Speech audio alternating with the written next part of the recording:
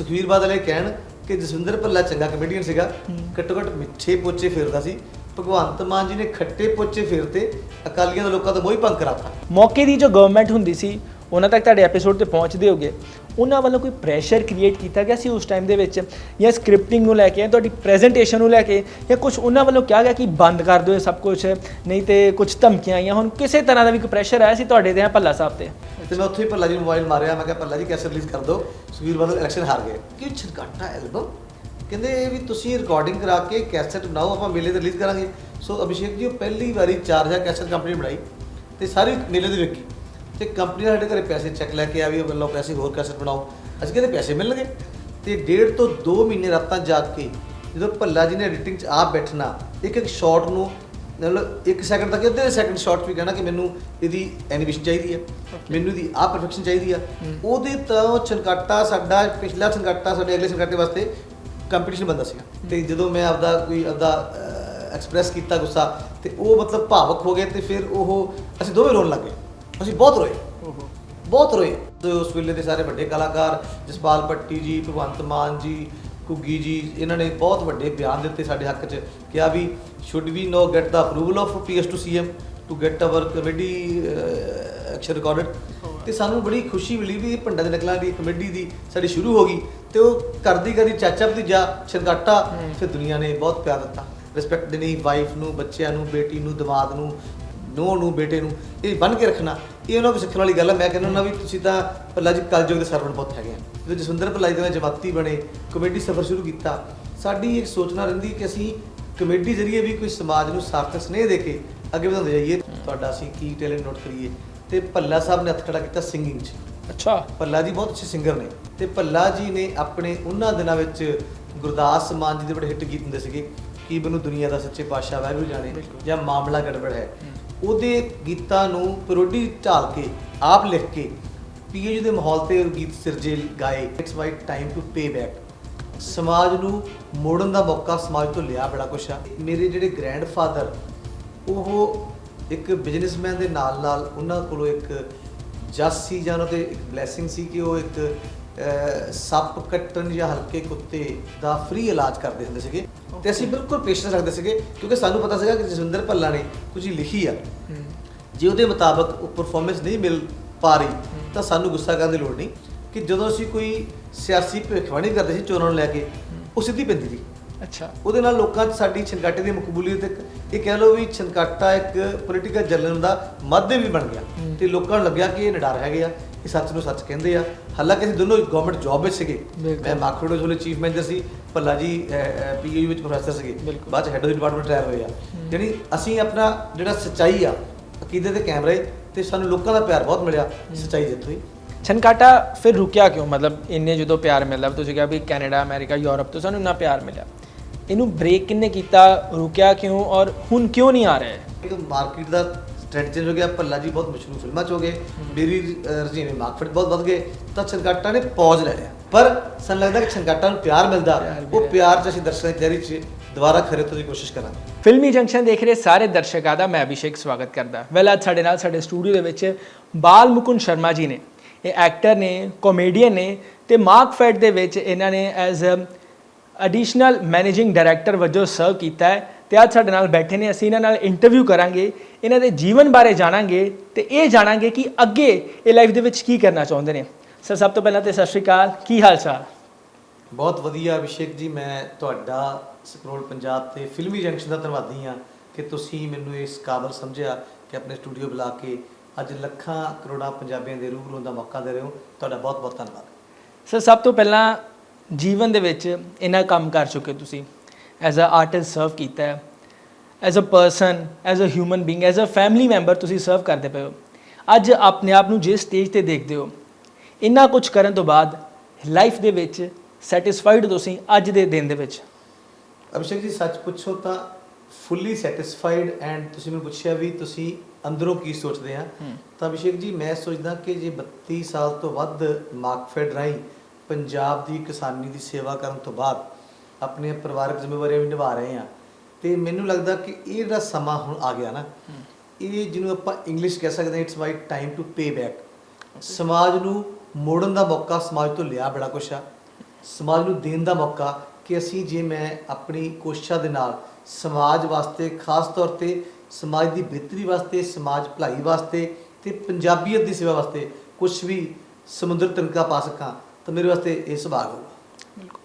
ਇਹ ਜੋ ਪਰਸਨੈਲਿਟੀ ਹੈ ਤੁਹਾਡੀ ਡਿਵੈਲਪ ਹੋਈ ਹੈ, ਬਾਲ ਮੁਕੁੰਦ ਸ਼ਰਮਾ ਇੱਕ ਨਾਮ ਬਣਿਆ ਹੈ, ਚਾਹੇ ਉਹ ਇੰਡਸਟਰੀ ਹੋਵੇ, ਇਹ ਪਰਸਨੈਲਿਟੀ ਡਿਵੈਲਪ ਕਿਵੇਂ ਹੋਈ?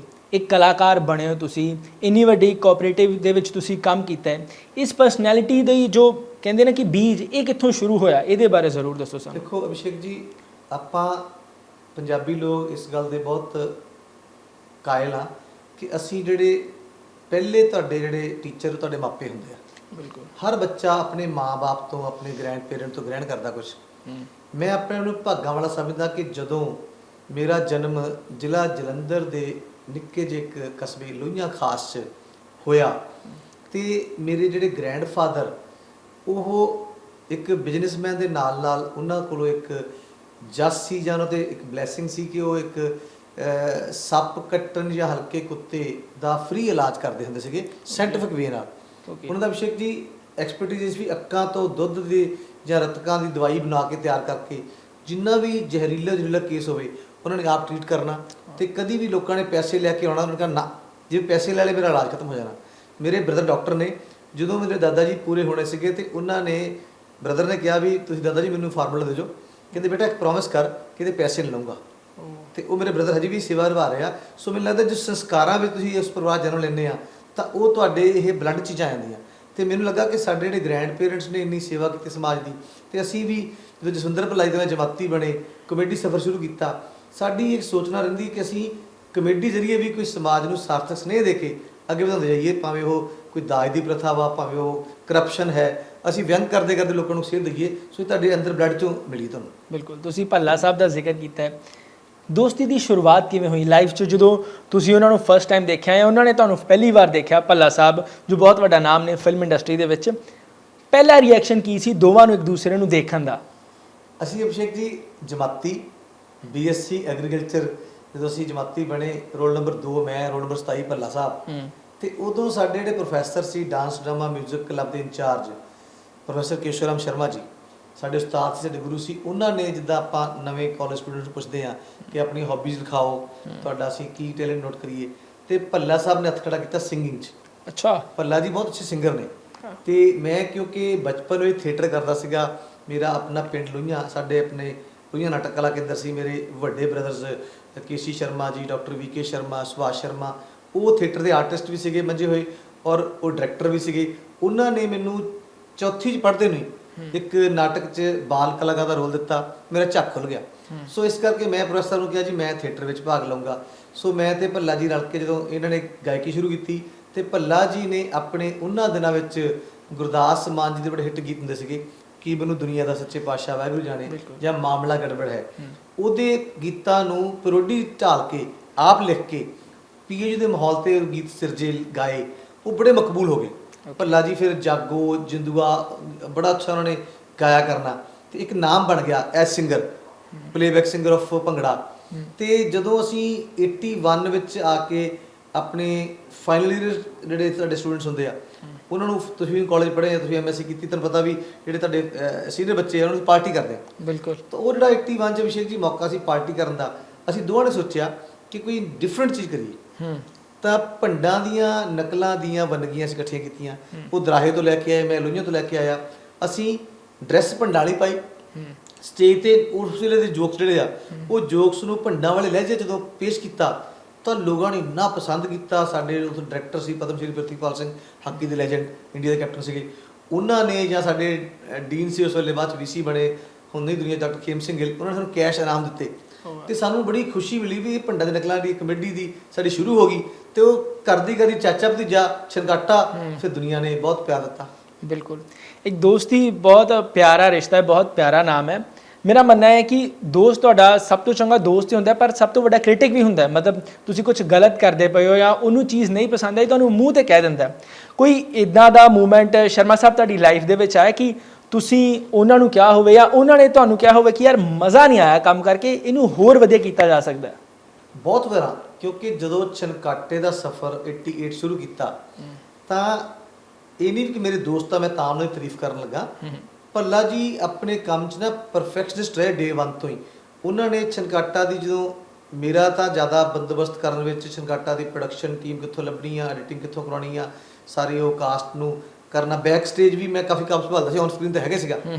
ਪਰ ਜਿਹੜਾ ਐਡੀਟਿੰਗ ਤੇ ਕੋਲ ਬੈਠ ਕੇ 8-10 ਦਿਨ ਦੀ ਸ਼ੂਟਿੰਗ ਸਾਡੀ ਹੁੰਦੀ ਸੀ ਤੇ 1.5 ਤੋਂ 2 ਮਹੀਨੇ ਰਾਤਾਂ ਜਾਗ ਕੇ ਜਦੋਂ ਭੱਲਾ ਜੀ ਨੇ ਐਡੀਟਿੰਗ 'ਚ ਆਪ ਬੈਠਣਾ, ਇੱਕ ਇੱਕ ਸ਼ਾਟ ਨੂੰ ਮਤਲਬ 1 ਸੈਕਿੰਡ ਤੱਕ ਅੱਧੇ ਸੈਕਿੰਡ ਸ਼ਾਟ ਵੀ ਕਹਿਣਾ ਕਿ ਮੈਨੂੰ ਇਹਦੀ ਐਨੀਮੇਸ਼ਨ ਚਾਹੀਦੀ ਆ, ਮੈਨੂੰ ਇਹਦੀ ਆਹ ਪਰਫੈਕਸ਼ਨ ਚਾਹੀਦੀ ਆ, ਉਹਦੇ ਤਾਂ ਛਨਕਾਟਾ ਸਾਡਾ ਪਿਛਲਾ ਛਨਕਾਟਾ ਸਾਡੇ ਅਗਲੇ ਛਨਕਾਟੇ ਵਾਸਤੇ ਕੰਪੀਟੀਸ਼ਨ ਬਣਦਾ ਸੀਗਾ। ਤੇ ਉਹ ਕਹਿੰਦੇ ਹੁੰਦੇ ਸੀਗੇ, ਕਹਿੰਦੇ ਮੈਂ ਰਿਲੀਜ਼ ਨਹੀਂ ਕਰਨਾ ਅੱਛਾ, ਜਦ ਤੱਕ ਤਸੱਲੀ ਨਹੀਂ ਹੋਈ। ਅਸੀਂ ਮੈਂ ਤੇ ਨੀਲੂ ਜੀ ਨੇ ਰੀਟੇਕ ਦੇਣੇ ਕਈ ਵਾਰੀ ਆਡੀਓ ਵਿੱਚ ਵੀ ਵੀਡੀਓ ਵਿੱਚ ਵੀ, ਉਹਨਾਂ ਨੇ ਕਹਿਣਾ ਵੀ ਭਾਵੇਂ 23 ਵਾਰੀ 25 ਵਾਰੀ ਹੋ ਜਾਵੇ ਮੇਰੀ ਤਸੱਲੀ ਨਹੀਂ ਹੋਈ। ਤੇ ਅਸੀਂ ਬਿਲਕੁਲ ਪੇਸ਼ੈਂਸ ਰੱਖਦੇ ਸੀਗੇ ਕਿਉਂਕਿ ਸਾਨੂੰ ਪਤਾ ਸੀਗਾ ਕਿ ਜਸਵਿੰਦਰ ਭੱਲਾ ਨੇ ਕੁਝ ਲਿਖੀ ਆ, ਜੇ ਉਹਦੇ ਮੁਤਾਬਕ ਉਹ ਪਰਫਾਰਮੈਂਸ ਨਹੀਂ ਮਿਲ ਪਾ ਰਹੀ ਤਾਂ ਸਾਨੂੰ ਗੁੱਸਾ ਕਰਨ ਦੀ ਲੋੜ ਨਹੀਂ।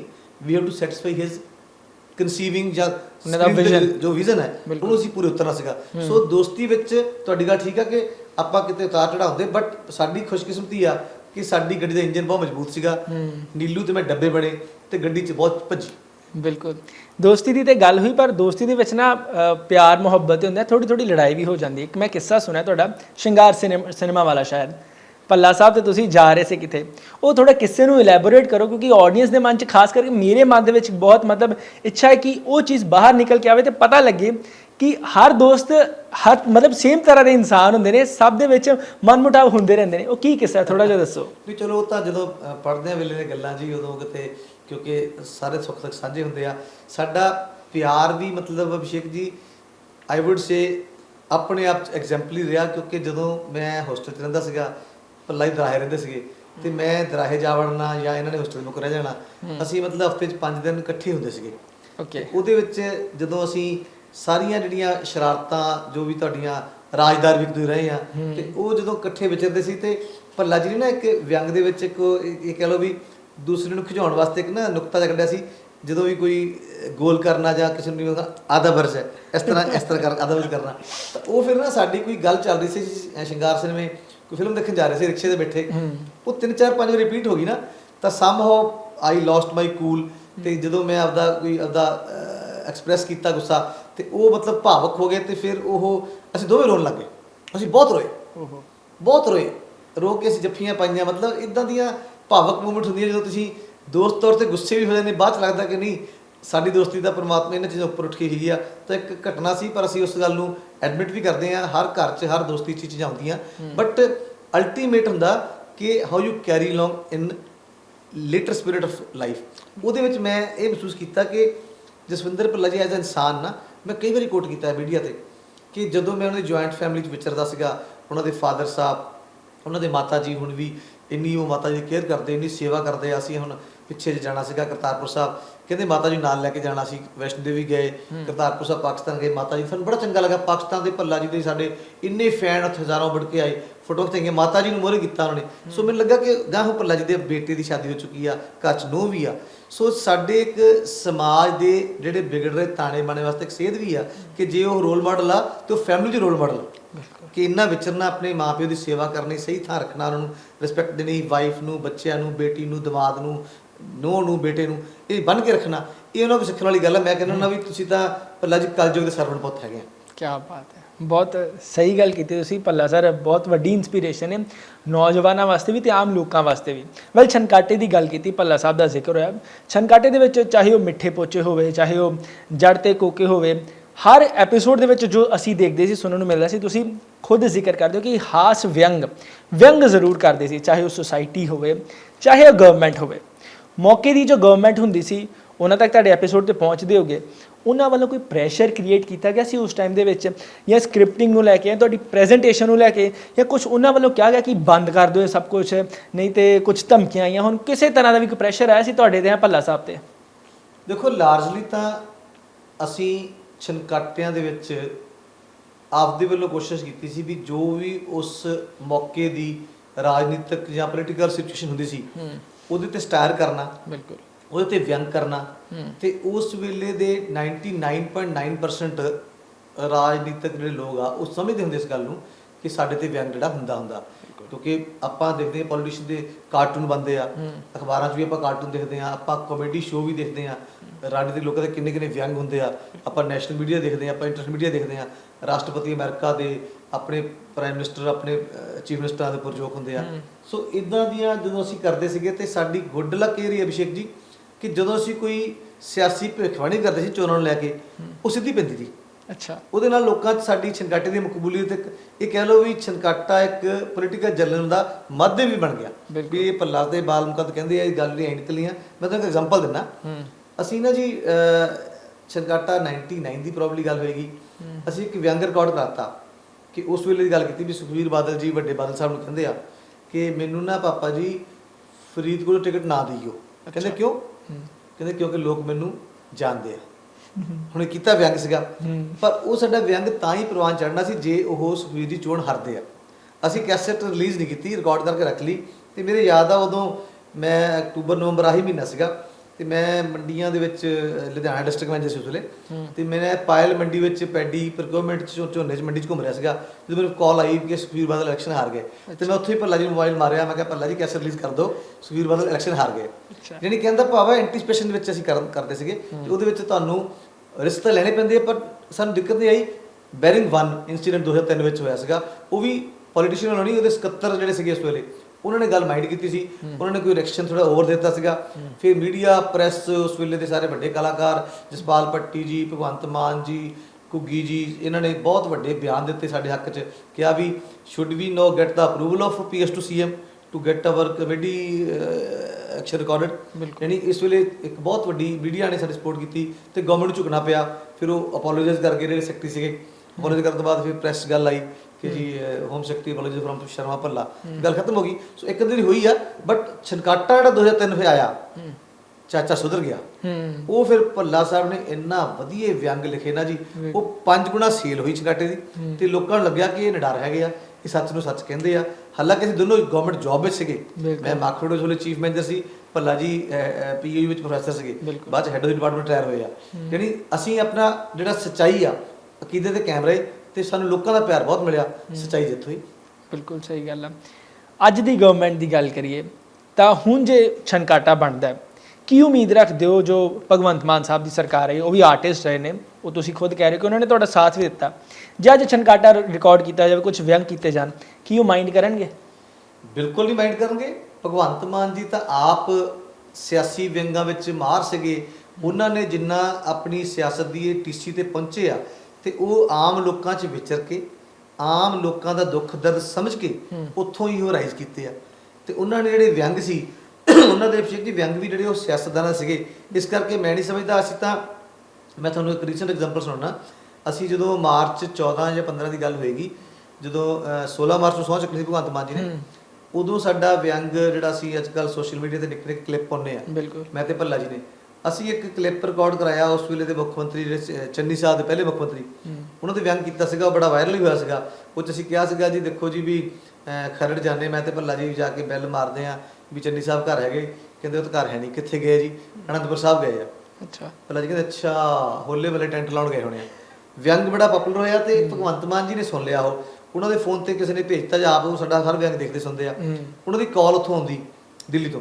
ਅੱਛਾ, ਤੇ ਸਾਨੂੰ ਕਹਿੰਦੇ ਯਾਰ ਮੈਂ ਤਾਂ ਚੰਨੀ ਸਾਹਿਬ ਇੱਕ ਵਾਰੀ ਹਰਾਏ ਆ, ਤੁਸੀਂ ਰੋਜ਼ ਹਰਾਈ ਜਾਂਦੇ ਹੋ। ਤੇ ਅਸੀਂ ਕਿਹਾ ਮਾਨ ਸਾਹਿਬ ਤਾਂ ਅਗਲਾ ਵਿਅੰਗ ਲਿਖਦੇ ਪਏ ਆ। ਕਹਿੰਦੇ ਕੀ ਲਿਖਦੇ ਪਏ ਆ? ਅਸੀਂ ਕਿਹਾ ਅਗਲਾ ਵਿਅੰਗ ਘੜਦੇ ਪਏ ਆ ਵੀ ਸੁਖਬੀਰ ਬਾਦਲ ਜੀ ਨੇ ਆਪਣਾ ਨੌਕਰ ਕੁੱਟਤਾ। ਕਹਿੰਦੇ ਨੌਕਰ ਤੋਂ ਕੀ ਗੁਨਾਹ ਹੋਇਆ ਸੀ? ਨੌਕਰ ਨੇ ਗਰੀਬਣੀ ਨੇ ਕਿਹਾ ਸੀਗਾ ਸਰਦਾਰ ਜੀ ਮੜਾ ਪਾਸੇ ਹੋਇਓ, ਮੈਂ ਝਾੜੂ ਫੇਰਨਾ। ਉਹ ਕਹਿੰਦਾ ਖਬਰਦਾਰ ਮੇਰੇ ਘਰ ਝਾੜੂ ਦਾ ਨਾਮ ਵੀ ਲਿਆ। ਅੱਛਾ, ਤੇ ਉਹ ਫਿਰ ਮਾਨ ਸਾਹਿਬ ਕਹਿੰਦੇ ਇਹਨੂੰ ਗੱਲ ਨੂੰ ਗਾਂਹ ਵਧਾਓ। ਅੱਛਾ, ਵੀ ਨੌਕਰ ਤੋਂ ਕਹਾਓ। ਮੈਂ ਸੁਖਬੀਰ ਬਾਦਲ ਜੀ ਕਿਹਾ ਨੌਕਰ ਨੂੰ, ਕਾਕਾ ਤੂੰ ਐ ਕਰ, ਤੂੰ ਨਾ ਪੋਚਾ ਹੀ ਫੇਰ ਦੇ। ਤੇ ਨੌਕਰ ਕਹੇ ਲੋਕਾਂ ਨੇ ਫੇਰਿਆ ਪੋਚਾ ਹੀ ਹੈ ਸਰਦਾਰ ਜੀ, ਤੁਹਾਨੂੰ ਸਮਝ ਨਹੀਂ ਆਇਆ। ਤੇ ਫਿਰ ਮੈਂ ਕਿਹਾ ਮਾਨ ਸਾਹਿਬ ਇੱਕ ਗੱਲ ਮੇਰੀ ਵੀ ਐਡ ਕਰੋ ਇਹ 'ਚ। ਮੈਂ ਐਡ ਕਰਾਈ ਕਿ ਸੁਖਬੀਰ ਬਾਦਲ ਇਹ ਕਹਿਣ ਕਿ ਜਸਵਿੰਦਰ ਭੱਲਾ ਚੰਗਾ ਕਮੇਡੀਅਨ ਸੀਗਾ, ਘੱਟੋ ਘੱਟ ਮਿੱਠੇ ਪੋਚੇ ਫੇਰਦਾ ਸੀ। ਭਗਵੰਤ ਮਾਨ ਜੀ ਨੇ ਖੱਟੇ ਪੋਚੇ ਫੇਰਤੇ, ਅਕਾਲੀਆਂ ਦੇ ਲੋਕਾਂ ਦਾ ਮੋਹ ਹੀ ਭੰਗ ਕਰਾਤਾ। ਉਹ ਸਾਡਾ 18 ਮਾਰਚ ਨੂੰ ਵਾਇਰਲ ਹੋਇਆ ਫਿਰ ਉਹ। ਸੋ ਕਹਿੰਦਾ ਭਾਵ ਵਿਅੰਗ ਤਾਂ ਉਹ ਵਿਅੰਗਕਾਰ ਨੇ ਆਪ, ਤਾਂ ਮੈਨੂੰ ਲੱਗਦਾ ਨਹੀਂ ਜੇ ਅਸੀਂ ਕੋਈ ਵੀ ਗੱਲ ਕਵਾਂਗੇ ਵਿਅੰਗ ਦੇ ਵਿੱਚ ਜਿਹੜੀ ਕਿ ਲੋਕਾਂ ਦੇ ਮਨ ਨੂੰ ਛੂੰਹਦੀ ਹੋਵੇ ਤਾਂ ਉਹ ਮਾਈਂਡ ਨਹੀਂ ਕਰਨਗੇ। ਬਿਲਕੁਲ। ਅੱਛਾ, ਜੋ ਕਰੈਕਟਰ ਸੀ ਛਨਕਾਟੇ ਦੇ, ਉਹ ਚਾਚਾ ਤੇ ਭਤੀਜ ਬਾਲਾ, ਤੁਹਾਨੂੰ ਹੈ ਨਾ ਉਹ ਨਾਮ ਰੱਖੇ ਗਏ, ਇਹ ਕਰੈਕਟਰ ਡਿਸਾਈਡ ਕਿੰਨੇ ਕੀਤੇ? ਮਤਲਬ ਇਹ ਕੋਈ ਤੁਹਾਡੇ ਕ੍ਰੀਏਟਿਵ ਟੀਮ ਬੈਠੀ ਸੀ ਕੋਈ ਪਿੱਛੇ, ਜਾਂ ਭੱਲਾ ਸਾਹਿਬ ਹੀ ਇੰਨੇ ਕ੍ਰੀਏਟਿਵ ਸੀ, ਤੁਸੀਂ ਖੁਦ ਇੰਨੇ ਕ੍ਰੀਏਟਿਵ ਹੋ, ਜਦੋਂ ਤੁਸੀਂ ਮਿਲੇ ਔਰ ਰਿਹਰਸਲਸ ਹੋਈਆਂ ਤੇ ਤੁਹਾਨੂੰ ਲੱਗਾ ਕਿ ਆਹ ਕਰੈਕਟਰ ਮੈਂ ਕਰੂੰਗਾ, ਇਹ ਕਰੈਕਟਰ ਤੁਸੀਂ ਕਰੋ? ਬੇਸਿਕਲੀ ਟ੍ਰਾਂਜੀਸ਼ਨ ਜਿਹੜੀ ਆ, ਇਹ ਪਹਿਲਾ ਛਨਕਾਟਾ ਸਾਡਾ ਜਦੋਂ ਅਭਿਸ਼ੇਕ ਜੀ ਰਿਕਾਰਡ ਹੋਇਆ ਨਾ 20 ਅਕਤੂਬਰ 1988 ਨੂੰ ਪ੍ਰੋਫੈਸਰ ਮੋਹਨ ਸਿੰਘ ਮੇਲੇ ਤੇ ਉਹ ਰਿਲੀਜ਼ ਹੋਇਆ। ਉਹ ਪ੍ਰੇਰਨਾ, ਉਹ ਉਦਮ, ਜਾਂ ਸਾਨੂੰ ਕਹਿ ਲਓ ਵੀ ਜਿਹੜਾ ਆਸ਼ੀਰਵਾਦ ਸੀਗਾ, ਉਸ ਵੇਲੇ ਦੇ ਬਹੁਤ ਵੱਡੇ ਜਿਹੜੇ ਸਾਡੇ ਆਗੂ ਵੀ ਸੀਗੇ ਕਾਂਗਰਸ ਦੇ, ਜੱਸੋਵਾਲ ਸਾਹਿਬ, ਉਹ ਮੇਲਿਆਂ ਦੇ ਬਾਦਸ਼ਾਹ ਸੀਗੇ, ਬਾਬਾ ਬੋੜ ਸੀ ਪੰਜਾਬੀ ਸਾਧ ਕਲਚਰ ਦੇ, ਉਹਨਾਂ ਨੇ ਸਾਨੂੰ ਇੰਸਪਾਇਰ ਕੀਤਾ। ਗੁਰਭਜਨ ਗਿੱਲ ਜੀ ਨੇ, ਕੇਸ਼ਵਰਾਮ ਸ਼ਰਮਾ ਜੀ ਨੇ ਸਾਨੂੰ ਕਿਹਾ ਵੀ ਤੁਸੀਂ ਜਿਹੜੀ ਛਨਕਾਟਾ ਕਮੇਡੀ ਆਪਣੀ ਪਿੰਡਾਂ ਦੀ ਕਰਦੇ ਆ, ਲੋਕ ਨੋ ਡਾਊਟ ਬਹੁਤ ਲਾਈਕ ਕਰਦੇ ਆ, ਪਰ ਸ਼ੋਅ ਘੰਟੇ 2 ਘੰਟੇ 3 ਘੰਟੇ ਸ਼ੋਅ ਸੁਣ ਕੇ ਚਲੇ ਗਏ ਤੇ ਬਾਅਦ ਚ ਭੁੱਲ ਜਾਣਗੇ, ਤੁਸੀਂ ਇਹਦਾ ਕੋਈ ਡਾਕੂਮੈਂਟ ਰੈਡੀ ਕਰੋ। ਅਸੀਂ ਕਿ ਡਾਕੂਮੈਂਟ ਕੀ ਆ? ਕਹਿੰਦੇ ਐਲਬਮ ਬਣਾਓ। ਓਕੇ, ਅਸੀਂ ਕਿ ਛਨਕਾਟਾ ਐਲਬਮ, ਕਹਿੰਦੇ ਵੀ ਤੁਸੀਂ ਰਿਕਾਰਡਿੰਗ ਕਰਾ ਕੇ ਕੈਸਟ ਬਣਾਓ, ਆਪਾਂ ਮੇਲੇ ਤੇ ਰਿਲੀਜ਼ ਕਰਾਂਗੇ। ਸੋ ਅਭਿਸ਼ੇਕ ਜੀ ਉਹ ਪਹਿਲੀ ਵਾਰੀ 4000 ਕੈਸਟ ਕੰਪਨੀ ਬਣਾਈ ਤੇ ਸਾਰੀ ਮੇਲੇ ਦੇ ਵਿਕੀ, ਤੇ ਕੰਪਨੀ ਸਾਡੇ ਘਰੇ ਪੈਸੇ ਚੈੱਕ ਲੈ ਕੇ ਆ ਵੀ ਵੱਲੋਂ ਪੈਸੇ ਹੋਰ ਕੈਸਟ ਬਣਾਓ। ਅਸੀਂ ਕਹਿੰਦੇ ਪੈਸੇ ਮਿਲਣਗੇ, ਕਹਿੰਦੇ ਮੈਂ ਕਮਾਏ ਆ, ਸਾਨੂੰ ਪਤਾ ਨਹੀਂ ਸੀ ਇਸ ਗੱਲ ਦੇ ਪੈਸੇ ਮਿਲਦੇ ਆ। ਤੇ ਜਦੋਂ ਛਨਕਾਟਾ ਸਾਡਾ ਭੰਡਾਂ ਵਾਲਾ ਆਇਆ ਸੀਗਾ, ਉਹ ਬੜਾ ਮਕਬੂਲ ਹੋਇਆ। ਫਿਰ ਜਦੋਂ ਅੱਗੇ ਵੱਧਦੇ ਗਏ ਸੀ 90 91 92, ਉਦੋਂ ਫਿਰ ਗੁਰਭਜਨ ਗਿੱਲ ਜੀ ਨੇ ਸਾਰਿਆਂ ਨੇ ਕਿਹਾ ਵੀ ਆਪਾਂ, ਭੱਲਾ ਜੀ ਕਹਿੰਦੇ ਵੀ ਮੈਂ ਇੱਕ ਸਿਆਣਾ ਕਰੈਕਟਰ ਬੰਦਾ, ਜਿਸ 'ਚ ਉਹ ਚਾਚੇ ਵਾਲੀ ਸਪੈਸ਼ਲ ਚਤਰ ਸਿੰਘ ਵਾਲੀ ਪੱਗ ਬੰਨ੍ਹਦੇ ਸੀਗੇ, ਚਾਚੀ ਚਤਰੋ ਅਤਰੋ ਨਾਲ ਲਏ, ਮੈਂ ਭਤੀਜ ਬਣ ਗਿਆ। ਸੋ ਮੇਰਾ ਨਾਮ ਬਾਲਮੁਕੰਦ ਸ਼ਰਮਾ, ਪਰ ਮੈਨੂੰ ਘਰ 'ਚ ਬਾਲਾ ਕਹਿੰਦੇ ਸੀਗੇ, ਫਰੈਂਡ ਵੀ ਬਾਲਾ ਕਹਿੰਦੇ ਸੀਗੇ। ਸੋ ਮੈਂ ਤਾਂ ਬਾਲਾ ਤੌਰ ਤੇ ਭਤੀਜ ਬਣ ਗਿਆ, ਚਾਚਾ ਚਤਰ ਸਿੰਘ ਬਣ ਗਏ, ਅਤਰੋ ਚਤਰੋ ਬਹੁਤ ਵੱਡੇ ਕਰੈਕਟਰ ਸੀ ਸਾਡੇ, ਉਹ ਸਾਡੇ ਨਾਲ ਰਲ ਗਏ। ਸੋ ਇੱਕ ਫੈਮਿਲੀ ਬਣ ਗਈ। ਫਿਰ ਨੀਲੂ ਜੀ 96 ਚ ਆ ਗਏ, ਤਾਂ ਮੈਂ ਤੇ ਨੀਲੂ ਰਲ ਕੇ ਭੱਲਾ ਜੀ ਦੀ ਟੀਮ ਦਾ ਮੈਂਬਰ ਬਣ ਗਏ। ਸੋ ਕਹਿੰਦਾ ਉਹ ਚਾਚਾ ਭਤੀਜਾ ਜਿਹੜਾ ਸਾਡਾ ਹੈ ਉਹ ਲਗਾਤਾਰ ਜਾਰੀ ਰਿਹਾ। ਇਸੇ ਕਰੈਕਟਰ ਵਿੱਚ 26 ਛਨਕਾਟੇ ਦਿੱਤੇ ਸੀ ਇਸ ਕਰੈਕਟਰ 'ਚ। ਬਿਲਕੁਲ। ਜਦੋਂ ਸ਼ੁਰੂਆਤ ਹੋਈ ਸੀ, ਤੁਸੀਂ ਖੁਦ ਦੱਸਦੇ ਹੋ ਕਿ ਕੰਪਨੀ ਵਾਲੇ ਚੈੱਕ ਲੈ ਕੇ ਆ ਗਏ, ਸਾਨੂੰ ਪਤਾ ਵੀ ਨਹੀਂ ਸੀ ਕਿ ਪੈਸੇ ਵੀ ਮਿਲਣਗੇ ਇਸ ਚੀਜ਼ ਦੇ। ਤਾਂ ਜਦੋਂ ਹੌਲੀ ਹੌਲੀ ਰਿਕਾਰਡ ਕਰਨੇ ਸ਼ੁਰੂ ਕੀਤੇ, ਸ਼ੂਟਿੰਗ ਤੇ ਗਏ, ਲੋਕਾਂ ਦਾ ਪਿਆਰ ਮਿਲਣਾ ਸ਼ੁਰੂ ਹੋਇਆ, ਇਹ ਕਲੀਅਰ ਸੀ ਕਿ ਇੰਨਾ ਲੰਬਾ ਜਾਊਗਾ ਛਨਕਾਟਾ, ਇੰਨਾ ਜ਼ਿਆਦਾ ਤੱਕ, ਮਤਲਬ 2000 ਤੋਂ ਵੀ ਅੱਗੇ ਅਸੀਂ ਪਾਰ ਕਰ ਜਾਵਾਂਗੇ ਔਰ ਇੰਨਾ ਪਿਆਰ ਮਿਲਦਾ ਰਹੂਗਾ। ਇਹ ਤਾਂ ਅਭਿਸ਼ੇਕ ਜੀ ਪੰਜਾਬੀਆਂ ਦਾ ਖਾਸ ਤੌਰ ਤੇ ਜਿਹੜੇ ਵਿਦੇਸ਼ਾਂ 'ਚ ਵਸਦੇ ਸਾਡੇ Canada, America, Australia, New Zealand, England, Europe, ਉਹਨਾਂ ਦਾ ਪਿਆਰ ਜਿਹੜਾ ਸੀ ਨਾ, ਸਾਨੂੰ 93 94 ਤੋਂ ਸੱਦੇ ਆਉਣ ਲੱਗੇ ਬਾਹਰ ਦੇ। ਮੈਂ ਤੇ ਭੱਲਾ ਜੀ ਨੇ ਵਿਸਾਖੀ ਦੇ ਸ਼ੋਅ ਤੇ ਜਾਇਆ ਕਰਨਾ। ਉਸ ਵੇਲੇ ਹੰਸਰਾਜ ਹੰਸ ਜੀ, ਸਰਦੂਲ ਸਿਕੰਦਰ ਜੀ, ਹਰਦੀਪ ਜੀ, ਦਵਿੰਦਰ ਖੰਨੇਵਾਲਾ, ਕਮਲਜੀਤ ਨੀਰੂ, ਬਿੱਟੀ ਜੀ, ਸਾਡੇ ਨਾਲ ਅਨੇਕਾਂ ਆਰਟਿਸਟਾਂ ਦੇ ਗਰੁੱਪ ਜਾਇਆ ਕਰਨੇ, ਵੱਡੇ ਗਰੁੱਪ, ਤੇ ਸ਼ੋਅ ਹੋਇਆ ਕਰ ਰਹੇ ਵਿਸਾਖੀ ਦੇ ਕੈਨੇਡਾ, ਅਮਰੀਕਾ 'ਚ ਬੜੇ ਭਰਵੇਂ, ਆਸਟ੍ਰੇਲੀਆ, ਨਿਊਜ਼ੀਲੈਂਡ, ਯੂਰਪ, ਇੰਗਲੈਂਡ 'ਚ। ਉਹਦੇ ਵਿੱਚ ਸਾਨੂੰ ਛਨਕਾਟੇ ਕਰਕੇ ਹੀ ਇਹ ਮਾਣ ਪ੍ਰਾਪਤ ਹੋਇਆ, ਤੇ ਛਨਕਾਟੇ ਕਰਕੇ ਹੀ ਲੋਕਾਂ ਦੀ ਜਿਹੜੀ ਆ ਮੰਗ ਜਿਹੜੀ ਆ ਉਹ ਇੰਨੀ ਵੱਧ ਗਈ ਵੀ ਸਾਲ 2 ਵਾਰੀ ਛਨਕਾਟਾ 97, ਛਨਕਾਟਾ 99, ਕਿਉਂਕਿ ਮੰਗ ਵੱਧ ਗਈ ਤੇ ਕੰਪਨੀਆਂ ਸਾਡੇ ਪਿੱਛੇ ਫਿਰਨ ਲੱਗ ਗਏ। ਤੇ ਕੰਪਨੀ ਨੂੰ ਹੁੰਦਾ ਵੀ ਅਸੀਂ ਪੈਸੇ ਕਮਾਵਾਂਗੇ, ਸਾਨੂੰ ਹੁੰਦਾ ਸੀ ਵੀ ਅਸੀਂ ਇੰਨਾ ਟਾਈਮ ਤਾਂ ਨਹੀਂ ਕੱਢ ਪਾਉਂਦੇ ਸੀਗੇ, ਪਰ ਫਿਰ ਵੀ ਅਸੀਂ 3-4 ਮਹੀਨੇ ਦੀ ਮਿਹਨਤ ਕਰਕੇ ਸਕ੍ਰਿਪਟਿੰਗ ਭੱਲਾ ਜੀ ਕਰਨੀ, ਸਕ੍ਰਿਪਟਿੰਗ ਕਰਨ ਤੋਂ ਬਾਅਦ ਸ਼ੂਟਿੰਗ ਕਰਨੀ, ਐਡੀਟਿੰਗ ਕਰਨੀ, ਕਿਉਂਕਿ ਕੰਪਨੀਆਂ ਉਸ ਵੇਲੇ ਸ਼ਮਾਰੂ ਟੌਪ ਦੀਆਂ ਕੰਪਨੀਆਂ ਜਿਹੜੀਆਂ ਟਿਪਸ, ਜਿਹੜੀ ਤੁਹਾਡੀ ਆਪਣੀ ਨੂਪਰ, ਫਿਰ ਟੀ ਸੀਰੀਜ਼, HMV, ਫਿਰ ਜਰਨੈਲ ਘਮਾਂਜੀ ਦੀ ਜਿੰਨੀਆਂ ਕੰਪਨੀਆਂ ਸੀਗੀਆਂ, CMC, ਸੁਰ ਸੰਗਮ, ਅਨੇਕਾਂ ਛਨਕਾਟੇ ਆਏ। ਤੇ ਉਹਨਾਂ ਨੇ ਜਦੋਂ ਸਾਨੂੰ ਪਿਆਰ ਵੀ ਦਿੱਤਾ, ਮਾਇਆ ਵੀ ਮਿਲੀ, ਲੋਕਾਂ ਦਾ ਜਿਹੜਾ ਮਨਾਂ ਨੂੰ ਪਿਆਰ ਮਿਲਿਆ, ਛਨਕਾਟਾ ਇੱਕ ਬ੍ਰਾਂਡ ਨੇ ਬਣ ਗਿਆ। ਬਿਲਕੁਲ। ਛਨਕਾਟਾ ਫਿਰ ਰੁਕਿਆ ਕਿਉਂ? ਮਤਲਬ ਇੰਨੇ ਜਦੋਂ ਪਿਆਰ ਮਿਲਦਾ, ਤੁਸੀਂ ਕਿਹਾ ਵੀ ਕੈਨੇਡਾ, ਅਮਰੀਕਾ, ਯੂਰਪ ਤੋਂ ਸਾਨੂੰ ਇੰਨਾ ਪਿਆਰ ਮਿਲਿਆ, ਇਹਨੂੰ ਬ੍ਰੇਕ ਕਿੰਨੇ ਕੀਤਾ, ਰੁਕਿਆ ਕਿਉਂ ਔਰ ਹੁਣ ਕਿਉਂ ਨਹੀਂ ਆ ਰਿਹਾ? 2 ਕਾਰਨ ਨੇ। ਇੱਕ ਤਾਂ ਟ੍ਰਾਂਜੀਸ਼ਨ ਜਿਹੜੀ ਵੈਸੇ ਆਪਾਂ ਕਹਿੰਦੇ ਆ, ਜਦੋਂ ਆਪਾਂ, ਤੁਸੀਂ ਹੁਣ ਆਪ ਦੇਖੋ, ਜਦੋਂ ਤੁਸੀਂ ਬੱਚੇ ਹੋਵੋਗੇ ਉਸ ਵੇਲੇ ਆਡੀਓ ਕੈਸਟ ਆਲਮੋਸਟ ਖਤਮ ਹੋ ਚੁੱਕੀਆਂ ਸੀਗੀਆਂ। ਆਡੀਓ ਕੈਸਟ ਅਸੀਂ 88 ਤੋਂ ਲੈ ਕੇ 2000 ਤੱਕ ਲਗਾਤਾਰ ਸਾਡੀ ਆਡੀਓ ਕੈਸਟਾਂ ਚੱਲਦੀਆਂ ਰਹੀਆਂ। ਉਦੋਂ ਡੈਕ ਤੇ ਗੱਡੀ ਤੇ ਲੋਕਾਂ ਨੇ ਕੀ ਕਰਨਾ ਸੀ, ਚੰਡੀਗੜ੍ਹੋਂ ਸ਼ਿਮਲੇ ਜਾਂਦੇ ਆ, ਛਨਕਾਟਾ ਲਾ ਲੈਣੇ ਗੱਡੀ 'ਚ, ਤੇ ਸ਼ਿਮਲਾ ਕਦੋਂ ਆ ਗਿਆ, ਦਿੱਲੀੋਂ ਲੋਕੀ ਤੁਰਦੇ ਸੀ, ਸਾਨੂੰ ਬਹੁਤ ਵੱਡੇ ਵੱਡੇ ਕੰਪਨੀ ਨੂੰ ਮਿਲੇ ਛਨਕਾਟੇ ਕਰਕੇ। ਅਸੀਂ ਜੇ ਆਡੀਓ ਕਰਦੇ ਕਰਦੇ ਫਿਰ ਵੀਡੀਓ ਯੁੱਗ ਆ ਗਿਆ, CD ਆਈ ਛਨਕਾਟੇ ਦੀ, ਬਿਲਕੁਲ, ਫਿਰ DVD ਆਈ, ਫਿਰ ਪੈਨ ਡਰਾਈਵ ਆਈ।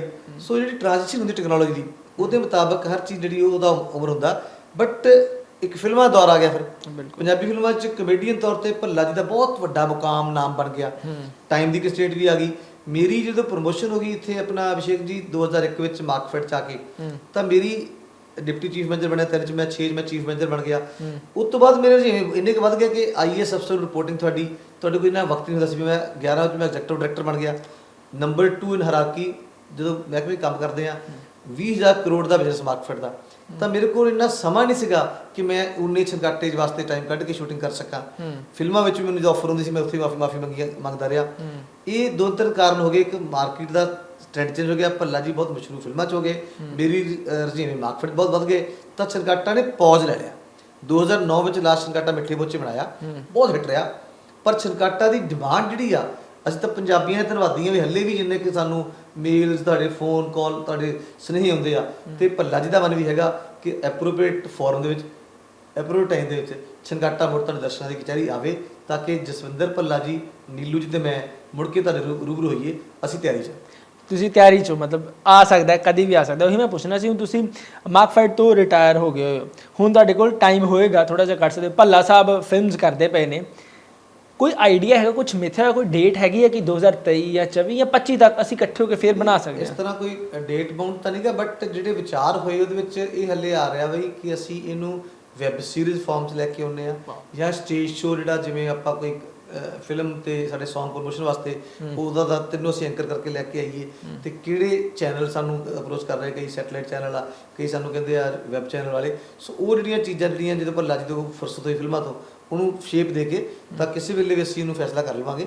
ਬਟ ਅਸੀਂ ਇਹ ਕੋਸ਼ਿਸ਼ ਕਰ ਰਹੇ ਹਾਂ ਕਿ ਛੰਗਾਟਾ ਦਾ ਕਿ ਜਿਹੜਾ ਲੋਕਾਂ ਦੇ 3 ਜਨਰੇਸ਼ਨ ਤੋਂ ਲੋਕੀ ਜੁੜੇ ਹੋਏ ਆ, ਤਾਂ ਤੁਸੀਂ ਯੰਗ ਜਨਰੇਸ਼ਨ 'ਚ ਹੈਗੇ ਆ, ਈਵਨ ਜਿਹੜੀ ਅਗਲੀ ਜਨਰੇਸ਼ਨ ਆ ਉਹ ਵੀ ਸਾਨੂੰ ਕਹਿੰਦੇ ਆ ਕਿ ਜੀ ਮੇਰੇ ਫਾਦਰ ਬੜੇ ਲਾਈਕ ਕਰਦੇ ਸੀਗੇ। ਬਿਲਕੁਲ, ਕਈ ਕਈ ਬੰਦੇ ਉਹ ਕਹਿੰਦੇ ਗ੍ਰੈਂਡ ਫਾਦਰ ਫੇਸ ਥੋੜਾ ਜਿਹਾ ਸ਼ਰਮ 'ਚ ਵੀ ਆਏ ਨੇ ਵੀ ਅਸੀਂ ਨਿਬੜੇ ਹੋ ਗਏ। ਪਰ ਸਾਨੂੰ ਲੱਗਦਾ ਕਿ ਛੰਗਾਟਾ ਨੂੰ ਪਿਆਰ ਮਿਲਦਾ, ਉਹ ਪਿਆਰ 'ਚ ਅਸੀਂ ਦਰਸ਼ਕਾਂ ਦੀ ਤਿਆਰੀ 'ਚ ਦੁਬਾਰਾ ਖਰੇ ਤੋਂ ਦੀ ਕੋਸ਼ਿਸ਼ ਕਰਾਂਗੇ। ਬਿਲਕੁਲ।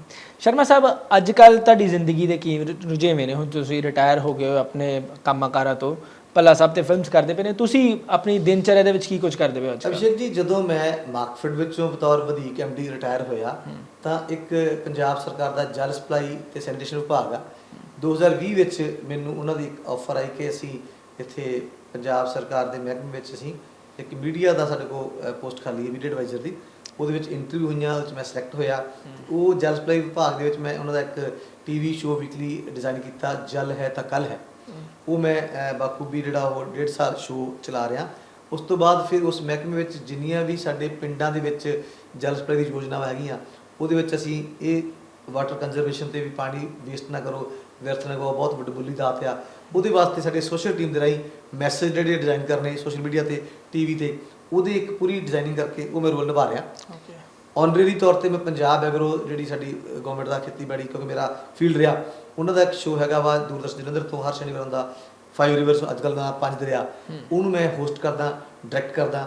ਤੇ ਉਹ ਜਿਹੜੇ ਸਾਡੇ 2 ਸ਼ੋਅ ਲਗਾਤਾਰ ਚੱਲਦੇ, ਤੇ ਜਿਹੜਾ ਮੈਂ ਮੀਡੀਆ ਐਡਵਾਈਜ਼ਰ ਤੌਰ ਤੇ ਕੰਮ ਕਰ ਰਿਹਾ। ਇਸ ਤੋਂ ਬਗੈਰ ਮੇਰੀ ਸੋਚ ਜਿਹੜੇ ਪਹਿਲਾਂ ਬਿਗਨਿੰਗ 'ਚ ਗਿਆ ਸੀ ਕਿ it's my time to repay, pay back ਲਈ ਵਾਸਤੇ ਮੈਂ ਜਦੋਂ ਵਿਦੇਸ਼ਾਂ ਨੂੰ 3 ਮਹੀਨੇ ਪਿੱਛੇ ਜਾ ਕੇ ਆਇਆ, ਕੈਨੇਡਾ, ਅਮਰੀਕਾ, ਜਿੰਨੀਆਂ ਵੀ ਪੰਜਾਬੀ ਸੰਸਥਾਵਾਂ, ਕੁਝ ਇੰਡੀਵਿਜੂਅਲ ਸ਼ਖਸੀਅਤਾਂ ਜਾਂ ਜਿਹੜੀਆਂ ਸੰਸਥਾਵਾਂ ਪੰਜਾਬੀਅਤ ਦੀ ਸੇਵਾ ਲਈ ਜਾਂ ਕਹਿ ਲਓ ਚੈਰਿਟੀ ਲਈ ਜਾਂ NGO ਕੰਮ ਕਰ ਰਹੀਆਂ, ਜਿਵੇਂ ਸਿਆਟਲ ਦੇ ਵਿੱਚ ਸਾਡੇ ਇੱਕ ਦੋਸਤ ਨੇ ਬਹੁਤ ਵਧੀਆ ਕੰਮ ਕਰ ਰਹੇ ਆ, 30-35 ਸਾਡੇ ਮੇਰੀ ਉਮਰ ਦੇ ਫਰੈਂਡ ਹੈਗੇ ਆ, ਉਹਨਾਂ ਨੇ ਇੰਨਾ ਅੱਛਾ ਉਦਮ ਕੀਤਾ ਕਿ ਸੰਸਥਾ ਬਣਾਈ ਹੈ SOCH, ਸੋਚ। ਉਹਦਾ ਪੂਰਾ ਨਾਮ ਹੈਗਾ ਸਰਵਿਸ ਆਫ ਕੋਰ ਹਿਊਮੈਨਿਟੀ। ਉਹ ਸੋਚ ਵਿੱਚ ਕੀ ਕਰਦੇ ਹੋ, ਉਹ ਜਿੱਥੇ ਵੀ ਦੁਨੀਆ ਵਿੱਚ ਲੋੜ ਪੈਂਦੀ ਆ ਕੋਈ ਚੰਗੇ ਕੰਮ ਦੀ, ਆਪਣੀ ਫੰਡਿੰਗ ਕਰਕੇ ਸੋਚ ਰਾਹੀਂ ਉੱਥੇ ਭਾਵੇਂ ਸੀਰੀਆ 'ਚ ਕੰਬਲ ਭੇਜੇ, ਜਾਂ ਉੱਥੇ ਸੋਚ ਦੇ ਰਾਹੀਂ ਆਪਣੇ ਉੱਥੇ ਬਦਲ ਗੁਰਦੁਆਰੇ ਸੈਟਲ ਦੇ ਵਿੱਚ ਲੇਡੀਜ਼ ਵਾਸਤੇ ਬ੍ਰੈਸਟ ਕੈਂਸਰ ਦੇ ਕੈਂਪ ਲਾਏ, 400-500 ਟੈਸਟ ਕੀਤੇ, 12-15 ਕੋ ਡਿਟੈਕਟ ਹੋ ਗਏ ਪੋਜ਼ਿਟਿਵ, ਫ੍ਰੀ ਇਲਾਜ ਕਰਾਏ। ਸਾਡੇ ਜਿਹੜੇ ਬੱਚੇ ਅਭਿਸ਼ੇਕ ਜੀ ਫੋਰਨ ਜਾਂਦੇ ਆ, ਬਾਰਡਰ ਕ੍ਰਾਸ ਕਰਦੇ, ਅਰੈਸਟ ਹੋ ਜਾਂਦੇ ਆ, ਜੇਲ੍ਹਾਂ 'ਚ ਉਹਨਾਂ ਨੂੰ ਫੂਡ ਪਹੁੰਚਾਉਣਾ, ਫ੍ਰੀ ਲੀਗਲ ਏਡ ਦਿਵਾਉਣੀ, ਉਹ ਸੋਚ ਸੰਸਥਾ ਨੇ ਮੈਨੂੰ ਬ੍ਰਾਂਡ ਐਂਬੈਸਡਰ ਲਾਇਆ। ਤਾਂ ਮੈਂ ਜਦੋਂ ਫਿਰ ਕੈਲੀਫੋਰਨੀਆ ਗਿਆ, ਉੱਥੇ ਸਹਾਇਤਾ ਵਾਲੇ ਕਰਦੇ ਆ, ਜਿੰਨੇ ਪੰਜਾਬ ਫਾਰਮਰ ਸੁਸਾਈਡ ਕਰ ਗਏ ਆ, ਉਹਨਾਂ ਦੇ ਬੱਚਿਆਂ ਨੂੰ ਪੜ੍ਹਾਉਣ 'ਚ ਜੰਮਾ ਲਿਆ ਹੋਇਆ। ਸੋ ਇੱਦਾਂ ਦਾ ਮੈਂ ਨਿਊਯਾਰਕ ਗਿਆ, ਕੈਲਗਰੀ ਗਿਆ, ਟੋਰਾਂਟੋ ਗਿਆ। ਫਿਰ ਮੇਰੇ ਮਨ 'ਚ ਆਈਡੀਆ ਆਇਆ ਕਿ ਜਿੰਨੇ ਪੰਜਾਬੀ ਇਹ ਸ਼ਖਸ ਜਿਹੜੇ ਆ ਨਿਰਸਵਾਰਥ ਕੰਮ ਕਰ ਰਹੇ, ਪੰਜਾਬੀ ਦੀ ਸੇਵਾ ਕਰ ਰਹੇ ਆ, ਇਹਨਾਂ ਨੂੰ ਕਿਉਂ ਨਾ ਇਕੱਠਾ ਕੀਤਾ ਜਾਵੇ। ਸੋ ਮੇਰੇ ਮਨ 'ਚ ਇਹ ਵਿਚਾਰ ਆਇਆ ਕਿ ਮੈਂ ਫਰਵਰੀ 2024 'ਚ ਭਗਵੰਤ ਮਾਨ ਜੀ ਨੂੰ ਬੇਨਤੀ ਕਰਨੀ ਆ ਕਿ ਇਹਨਾਂ ਸੰਸਥਾਵਾਂ ਦਾ ਪੂਰਾ ਅਸੀਂ ਨਿਰੀਖਣ ਕਰਕੇ, ਵੈਰੀਫਾਈ ਕਰਕੇ, ਜਿਹੜੇ ਸਹੀ ਸੱਜੇ ਕੰਮ ਕਰ ਰਹੇ ਆ, ਉਹਨਾਂ ਦੇ ਵਿੱਚ ਕੋਈ ਗਲਤ ਨਹੀਂਗਾ, ਉਹਨਾਂ ਬੰਦੇ ਨੂੰ ਅਸੀਂ ਬੁਲਾ ਕੇ ਪੰਜਾਬ ਸਰਕਾਰ ਵੱਲੋਂ ਕੋਈ ਐਕਨੋਲਜ ਕਰੀਏ, ਸਨਮਾਨਿਤ ਕਰੀਏ, ਤੇ ਪੰਜਾਬੀ ਜਿਹੜੇ ਆ ਇਕੱਠੇ ਕਰ ਦਈਏ। ਜਿਵੇਂ ਫੈਡਰੇਸ਼ਨ ਸਾਡੇ ਮਾਰਕਫੈਟ ਨੇ, ਸੋਸਾਇਟੀਆਂ ਸਮੂਹ ਬਣਿਆ, ਇਹ ਲੋਕ ਭਲੇ ਸੰਸਥਾਵਾਂ ਨੂੰ ਇਕੱਠੇ ਕਰਕੇ ਇੱਕ ਵਾਰੀ ਐਕਨੋਲਜ ਕਰ ਲਈ। ਇਹ ਮੇਰਾ ਅਕੀਦਾ। ਵਾਹ, ਤੁਸੀਂ ਇੱਕ ਆਰਟਿਸਟ ਹੋ, ਇੱਕ ਸੋਸ਼ਲ ਵਰਕਰ ਹੋ, ਪੋਲੀਟਿਕਸ ਦੀ ਵੀ ਕਾਫੀ ਜ਼ਿਆਦਾ ਨੌਲੇਜ ਰੱਖਦੇ ਹੋ, ਵਿਅੰਗ ਵੀ ਕਰਦੇ ਰਹਿੰਦੇ ਹੋ। ਪੋਲੀਟਿਕਸ 'ਚ ਜਾਣ ਦਾ ਮੌਕਾ ਮਿਲੇ, ਚੰਗੀ ਪਦਵੀ 'ਤੇ ਕਿਸੇ ਪਾਰਟੀ ਵੱਲੋਂ ਆਫਰ ਆਏ, ਜਾਣਾ ਚਾਹੋਗੇ? ਬਹੁਤ ਵਾਰੀ ਗੱਲਾਂ ਹੋਈਆਂ, ਪਰ ਮੈਂ ਤੇ ਭੱਲਾ ਸਾਹਿਬ ਇੱਕੋ ਹੀ ਬੇਨਤੀ ਕਰਦੇ ਹੁੰਦੇ ਆ ਕਿ ਸਿਆਸਤ ਐਕਟਿਵ ਜਿਹੜੀ ਆ ਉਹ ਕਰਨ ਦਾ ਕੋਈ ਮਨ ਹੈ ਨਹੀਂ। ਅਸੀਂ ਕਿਉਂਕਿ ਲੋਕਾਂ ਦੇ ਕਲਾਕਾਰ ਹੈਗੇ ਆ, ਲੋਕਾਂ 'ਚ ਵਿਚਰਦੇ ਆ, ਸਾਰੇ ਸਾਡੇ ਲੋਕ ਸਾਨੂੰ ਪਿਆਰ ਕਰਦੇ ਆ, ਤੇ ਸਿਆਸਤ ਵਿੱਚ ਅਸੀਂ ਐਕਟਿਵ ਨਹੀਂ ਜਾਣਾ ਚਾਹੁੰਦੇ, ਬਟ ਹਾਂ ਚੰਗੀ ਸਿਆਸਤ ਦੇ ਅਸੀਂ ਹਮੇਸ਼ਾ ਮਦਈ ਹੈਗੇ ਆ, ਹਮੇਸ਼ਾ ਬੈਠਦੇ ਰਹਿੰਦੇ ਆ। ਮੈਂ ਐਜ਼ ਅਫਸਰ ਤੌਰ ਤੇ ਵੀ ਵਿਚਰਦਾ ਰਹਿੰਦਾ ਵਾ। ਜੇ ਸਰਕਾਰ ਵੀ ਚੰਗੇ ਕੰਮ ਕਰਦੀ ਹੈ ਤੇ ਬਹੁਤ ਚੰਗਾ ਲੱਗਦਾ, ਕਿਉਂਕਿ ਜਦੋਂ ਭਗਵੰਤ ਮਾਨ ਜੀ ਨਾਲ ਗੱਲ ਹੋਈ ਸੀਗੀ ਤੇ ਮੇਰੇ ਮੂੰਹ ਨਿਕਲਿਆ ਸੀ, ਮੈਂ ਕਿਹਾ ਮਾਨ ਸਾਹਿਬ ਆਮ ਆਦਮੀ ਜੰਮੇ ਆ, ਆਮ ਆਦਮੀ ਮਰ ਜਾਣਾ। ਆਮ ਆਦਮੀ ਨੂੰ ਮੈਂ ਪੋਲੀਟੀਕਲ ਆਮ ਆਦਮੀ ਨਹੀਂ ਕਹਿ ਰਿਹਾ, ਮੈਂ ਕਹਿ ਰਿਹਾ ਆਮ ਆਦਮੀ, ਮੈਂ ਕਾਮਨ ਮੈਨ ਜਾਂ ਇਸ ਕਰਕੇ। ਪਰ ਜੇ ਮੈਂ ਐਜ਼ ਅਫਸਰ ਕੰਮ ਕੀਤਾ, ਜਿਹੜੇ ਵੀ ਮੈਂ ਹੁਣ ਜਿਵੇਂ ਗੱਲ ਕੀਤੀ ਕਿ ਮੈਂ ਫੂਡ ਸੈਕਟਰ ਵਿੱਚ ਜਾਂ ਐਗਰੀਕਲਚਰ ਐਕਸਪੋਰਟ ਸੈਕਟਰ ਵਿੱਚ ਕੰਮ ਕੀਤਾ ਜਾਂ ਕਿਸਾਨਾਂ ਦੀ ਸੇਵਾ ਕੀਤੀ ਆ, ਉਹਦਾ ਤਜਰਬਾ ਜਿਹੜਾ ਹੈਗਾ, ਉਹਦੇ ਵਾਸਤੇ ਸਰਕਾਰ ਦੇ ਕਿਸੇ ਕੰਮ ਆ ਜਾਈਏ ਸਾਨੂੰ ਬੜਾ ਅੱਛਾ ਲੱਗਦਾ ਕਿ ਅਸੀਂ ਸਰਕਾਰ ਵਾਸਤੇ ਕੰਮ ਕਰੀਏ। ਪਰ ਮਨ 'ਚ ਇਹੀ ਇੱਛਾ ਹੈਗੀ ਕਿ ਪੰਜਾਬੀ ਉਹਦੀ ਸੇਵਾ ਕਰਦੇ ਰਹੀਏ, ਤੇ ਪੈਸਿਵ ਪੋਲਿਟਿਕਸ ਜਿਹੜੀ ਹੈ, ਡਾਇਰੈਕਟਲੀ ਵੋਟ ਪੋਲਿਟਿਕਸ ਨਹੀਂ, ਬਟ ਅਸੀਂ ਪਿੱਛੇ ਰਹਿ ਕੇ ਜੇ ਚੰਗੇ ਕੰਮ ਦੀ ਸਪੋਰਟ ਕਰ ਰਹੀਏ ਸਮਾਜ ਸੇਵਾ ਤੌਰ ਤੇ, ਉਹ ਕਰਦੇ ਰਵਾਂਗੇ, ਕਰ ਰਹੇ ਹਾਂ। ਬਿਲਕੁਲ, ਤੁਸੀਂ ਪੈਸਿਵ ਪੋਲਿਟਿਕਸ ਦੀ ਗੱਲ ਕੀਤੀ ਹੈ। ਜੋ ਐਕਟਿਵ ਪੋਲਿਟਿਕਸ ਹੈ, ਜੋ ਮੌਜੂਦਾ ਸਰਕਾਰ ਹੈ, ਪੰਜਾਬ ਸਰਕਾਰ ਦੀ ਗੱਲ ਕਰੀਏ, ਭਗਵੰਤ ਮਾਨ ਸਾਹਿਬ ਉਹ ਆਰਟਿਸਟ ਤੇ ਨੇ, ਹੁਣ ਸੀਐਮ ਨੇ, ਉਹਨਾਂ ਦੀ ਓਵਰਆਲ ਸਰਕਾਰ ਨੂੰ ਕਿਵੇਂ ਦੇਖਦੇ ਹੋ? ਜੇ ਤੁਸੀਂ ਉਹਨਾਂ ਨੂੰ ਪਰਸਨਲੀ ਨਾ ਜਾਣਦੇ ਹੁੰਦੇ, ਕਿਵੇਂ ਰੇਟ ਕਰਦੇ ਹੋ ਉਹਨਾਂ ਦੀ ਗਵਰਨਮੈਂਟ ਨੂੰ? ਦੇਖੋ ਅਭਿਸ਼ੇਕ ਜੀ, ਹੁਣ ਤੁਸੀਂ ਗੱਲ ਛੇੜ ਲਈ ਆ। ਮੈਂ ਜਦੋਂ ਡਿਸਟ੍ਰਿਕਟ ਮੈਨੇਜਰ ਤੌਰ ਤੇ ਜਲੰਧਰ 7-8 ਸਾਲ ਜੌਬ ਕੀਤੀ ਆ, ਡੀਐਮ ਲੁਧਿਆਣਾ ਰਿਹਾ, ਮੈਂ ਕਪੂਰਥਲਾ ਨਵਾਂਸ਼ਹਿਰ ਡੀਐਮ ਰਿਹਾ, ਮਾਰਕੀਟ, ਤਾਂ ਅੱਜ ਕੱਲ੍ਹ ਜਿਵੇਂ ਹੁਣ ਝੋਨੇ ਦੀ ਖਰੀਦ ਚੱਲ ਰਹੀ ਆ, ਇੱਦਾਂ ਦੇ ਮੈਂ 30-32 ਸੀਜ਼ਨ ਦੇਖੇ ਹੋਣਗੇ ਕਣਕ ਦੇ, ਝੋਨੇ ਦੇ, ਬਤੌਰ ਡੀਐਮਬੀ, ਬਤੌਰ senior manager, deputy chief manager, executive director AMD. ਤੇ ਏਜੰਸੀਆਂ ਜਿਹੜੀਆਂ ਉਹ ਇੱਕ ਗੱਲ ਤੋਂ ਹਮੇਸ਼ਾ ਪਰੇਸ਼ਾਨ ਰਹੀਆਂ ਸਾਡੀਆਂ ਕਿ ਜਿਹੜੇ ਪ੍ਰੋਕਿਊਰਮੈਂਟ ਦੇ ਆਪਰੇਸ਼ਨ ਹੁੰਦੇ ਨੇ ਅਭਿਸ਼ੇਕ ਜੀ, ਇਹ ਦੁਨੀਆ ਦੇ ਵਿੱਚ ਮੰਨਦੇ ਕਿ ਕਿੰਨੇ ਛੋਟੇ ਟਾਈਮ ਦੇ ਵਿੱਚ, ਜਿਹੜੇ ਮਹੀਨੇ ਸਵਾ ਮਹੀਨੇ 'ਚ ਲੱਖਾਂ ਨਹੀਂ ਕਰੋੜਾਂ ਟਨ ਤੇ ਬੋਰੀਆਂ ਜਿਹੜੀਆਂ ਉਹ ਕਿੰਨੀਆਂ ਅਰਬ ਹੋ ਜਾਂਦੀਆਂ, ਉਹ ਇੱਕ ਥਾਂ ਮੰਡੀ 'ਚ ਚੱਕ ਕੇ ਸੀ ਕੇ ਗੋਦਾਮਾਂ 'ਚ ਪਹੁੰਚ ਜਾਂਦੀਆਂ। ਇਹ ਬੜਾ ਵੱਡਾ ਆਪਰੇਸ਼ਨ ਰਿਹਾ, ਤੇ ਸਾਡੀ ਸਮੱਸਿਆ ਹਮੇਸ਼ਾ ਰਹਿੰਦੀ ਰਹੀ ਆ ਕਿ ਇਹ ਖਰੀਦਤਾ ਹੋ ਜਾਂਦੀ ਆ, ਡੰਡਾ ਵੀ ਸਰਕਾਰ ਦਾ ਹੁੰਦਾ ਪੂਰਾ, ਪਰ ਇਹਨੂੰ ਵੇਲੇ ਸਿਰ ਮੀਂਹ ਤੋਂ ਪਹਿਲਾਂ ਬਚਾ ਕੇ ਗੋਦਾਮਾਂ 'ਚ ਪਹੁੰਚਾਉਣਾ, ਇਹ 'ਚ ਸਾਨੂੰ ਬੜੀ ਦਿੱਕਤ ਆਉਂਦੀ ਸੀ ਟਰਾਂਸਪੋਰਟ ਦੀ।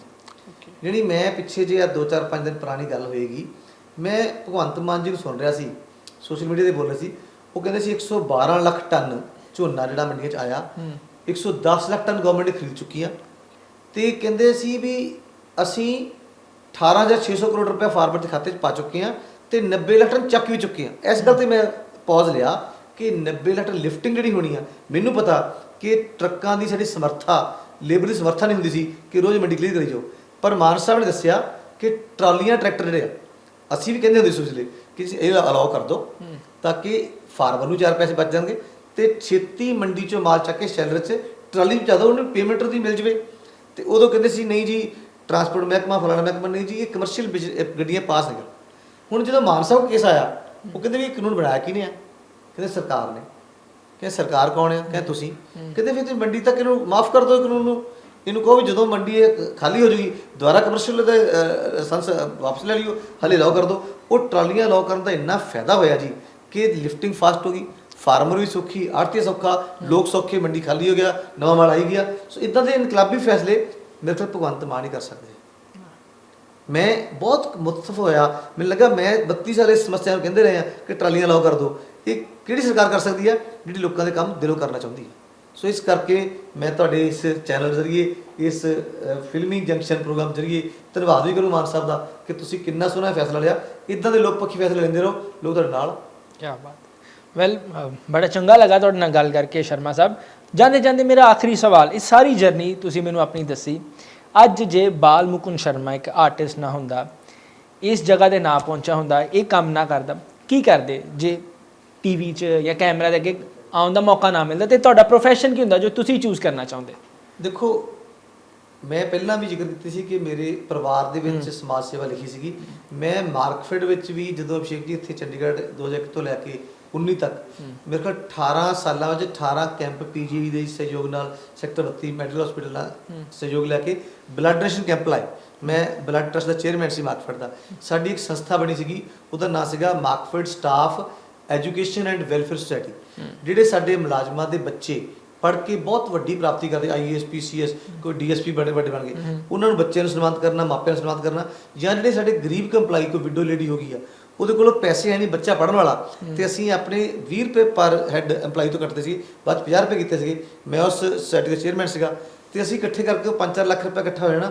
ਅਸੀਂ ਹਰ ਸਾਲ 'ਚ ਇੱਕ ਸਮਾਗਮ ਕਰਨਾ, ਮੌਕੇ ਦੇ ਮੰਤਰੀ ਸਾਹਿਬ ਨੂੰ ਬੁਲਾ ਕੇ ਜਾਂ MD ਸਾਹਿਬ ਜਾਂ ਸੈਕਟਰੀ ਨੂੰ ਬੁਲਾ ਕੇ, ਕਿ ਅਸੀਂ ਜੀ ਇੱਥੇ ਲੋਕ ਬੱਚੇ ਇਹਨਾਂ ਮਾਵਾਂ ਦਾ ਇਹਨਾਂ ਪਿਓ ਦਾ ਸਨਮਾਨ ਕਰੀਏ ਜਿਹੜੇ ਬੱਚੇ ਪੜ੍ਹ ਰਹੇ ਆ। ਸੋ ਮੇਰਾ ਮਤਲਬ ਸਮਾਜ ਸੇਵਾ ਜਿਹੜਾ ਮੇਰਾ ਕੀਤਾ ਰਿਹਾ ਵਾ, ਤੇ ਮੈਂ ਉਹ ਕਰੀ ਜਾਣੀ ਸੀ।